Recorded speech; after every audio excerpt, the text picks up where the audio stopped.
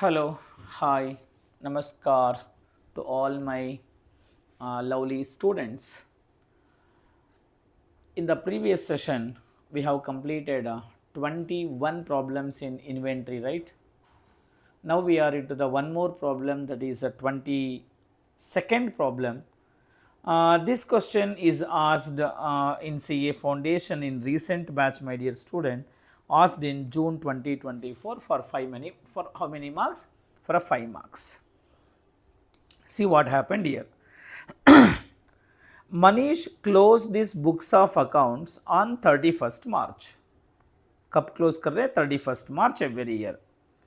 Inventory taking for the year ended March 2024 was completed by 10th April. When the inventory is completed? 10th April. What is the amount of inventory on 10th April?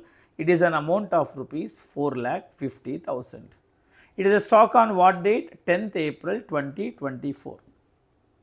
Then which stock you have to calculate? You have to calculate the stock on 31st March 2024 as a question mark.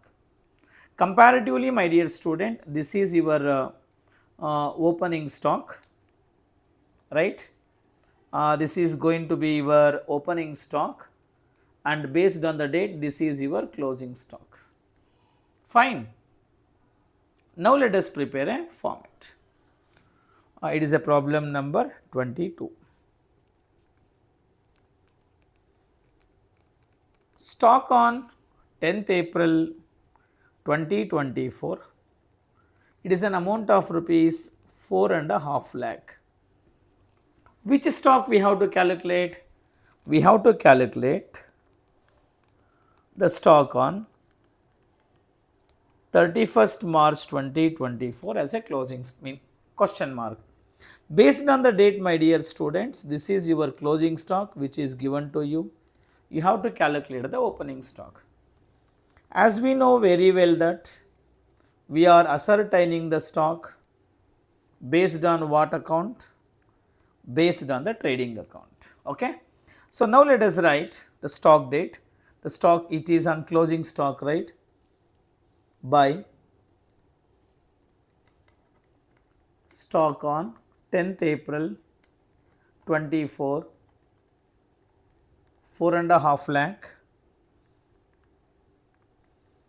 to stock on 31st March 24. This is going to be your opening stock as a balancing figure. Fine, my dear student. Now let me continue to read. Following are the details of a transaction took place between 31st March to 10th April. Goods sold to customer 1,10,000. Sales returns 10,000. What to do with the sales returns? We have to subtract. Where to write? On the credit side. By sales 1,10,000. My dear students, subtract the sales returns of 10,000. It comes to 1 lakh. Correct है ना? बाद में क्या दिए उन्हें? Purchases 85,000, including the cash purchases 10,000. See, out of 85,000, 10,000 is cash purchases. Then what is left out? 75,000 is left out. This 75,000 is what purchases? Cash credit purchases. Okay.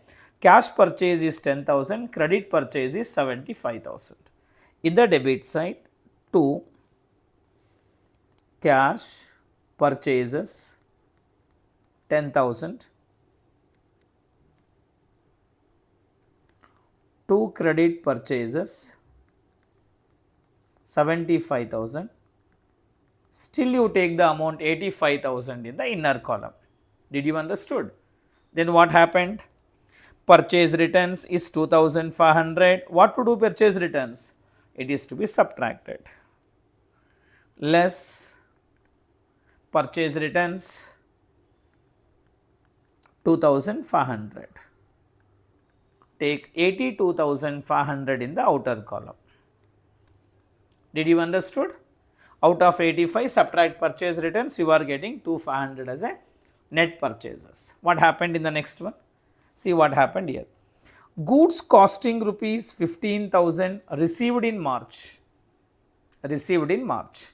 For sale on consignment basis, my dear student, you received the goods on consignment. When you received the goods on consignment, it is to be treated like purchases. Means it comes in what side? It comes in the debit side of trading account. बाद में क्या दिए? Out of which 60% of the goods have been sold. Oh, out of that you have sold 60%. Now what we have to take? We have to take only unsold portion. What is unsold portion? We have to take unsold portion of 40%. These sales are not included in above sales. Yes, this is not our sales. This is the sales which is made for our consignor. We are a consignee because we received the goods on consignment.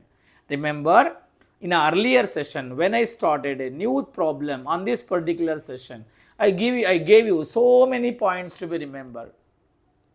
When you received goods on consignment, we have to take it as a purchases, treated like a purchases in the debit side only to the extent of unsold portion. How much is sold? 60% is sold. So we have to take only 40%. In what side? Debit side. Two goods received on consignment, take only unsold. How much is unsold? 40% is unsold. Out of 15,000, we have to take 40%. 15,000 into 40%, it comes, my dear student, as a 6,000. Wow. What next? After the stock was taken, it was found that there was certain very slow moving items, old slow moving items. Slow moving items means whenever you come across slow moving items, obviously there will be loss.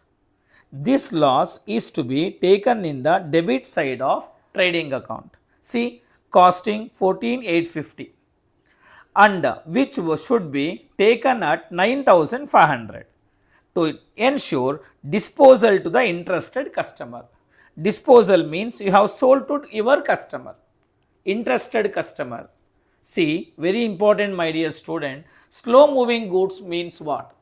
There are some goods which are being rarely sold in your shop. That is called slow moving. When the people are not buying your goods, then what you people will do? You go for stock clearance. Especially in many cloth shop, we used to come across such kind of example. For example, a shop called Unlimited. In that outside of a shop, okay, they will be putting a board. The goods are sold at 80% discount, 70% discount. Do you know why they are giving discount? What kind of goods are kept in the place of discount?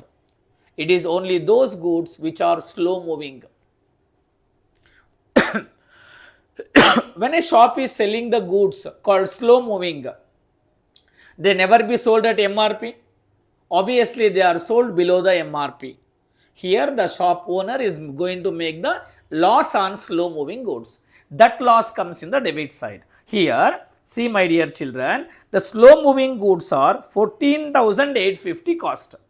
That is being disposed to your interested customer 9,500. What happened? How much loss is happened? Out of 14,850, you subtract 9,500. What happens? 5,350 is the loss on slow moving goods. This loss on slow moving goods is to be recorded where? In the debit side of your trading account. Did you understood? That is the concept of loss on slow moving goods, loss by flood, loss by drought, loss by accident, loss by fire. All such losses are to be recorded in the debit side of trading account. So, loss on slow moving goods, how much it is? What we have to take? 14,850 minus 9,500. 14,850 minus 9,500. It comes to rupees 5,350. Did you understood? Next, what happened? Goods are sold at a profit margin of 25% on cost. What is your amount of GP? Your amount of GP is 25% on cost. Shall we write? Now we will write to gross profits. It is how much? 25% on cost. Do we have cost? We have a 1 lakh rupee. This 1 lakh rupee is called sales. My dear student, you have the amount of sales, but the profit is given on what? Cost. In such case, we are not supposed to take 25 by 100. We have to take it as 25 by 125. That is what we have learned from the first problem of the inventory chapter, right? If it is on sales and the sales is given 25 by 100, if it is on cost, we have an amount of sales. In such case, we have to take 25 by 125. So, let us write 1 lakh into 25 by 125. It comes how much, my dear children? 20,000. What happened in the next one? Ascertain the value of inventory inclusion in the final account for the year ended March 2024. See, we have to ascertain the stock on 31st March 2024, right? According to the situation, it comes as a opening stock. But many faculty members, many lecturers will solve this problem in a statement format. But I didn't solve any problem on statement format. I applied what? Trading account method. The answer remains the same. Don't worry, my dear students. Now you close it off. What side is more? Obviously, the credit side is more. It comes to rupees 5,50,000.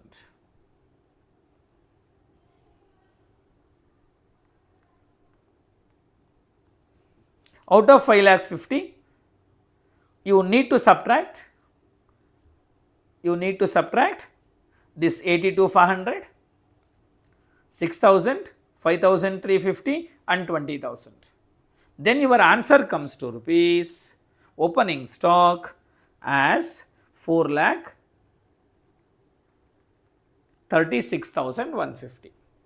My dear students, did you understood how to work out? After this, we are moving into the next method and the same inventory method, that is the problems under FIFO and the LIFO method.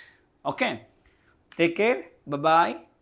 Read well, prepare well for your September exams. Now the exams are very, very near. All the best, my dear student. Take care. Bye-bye.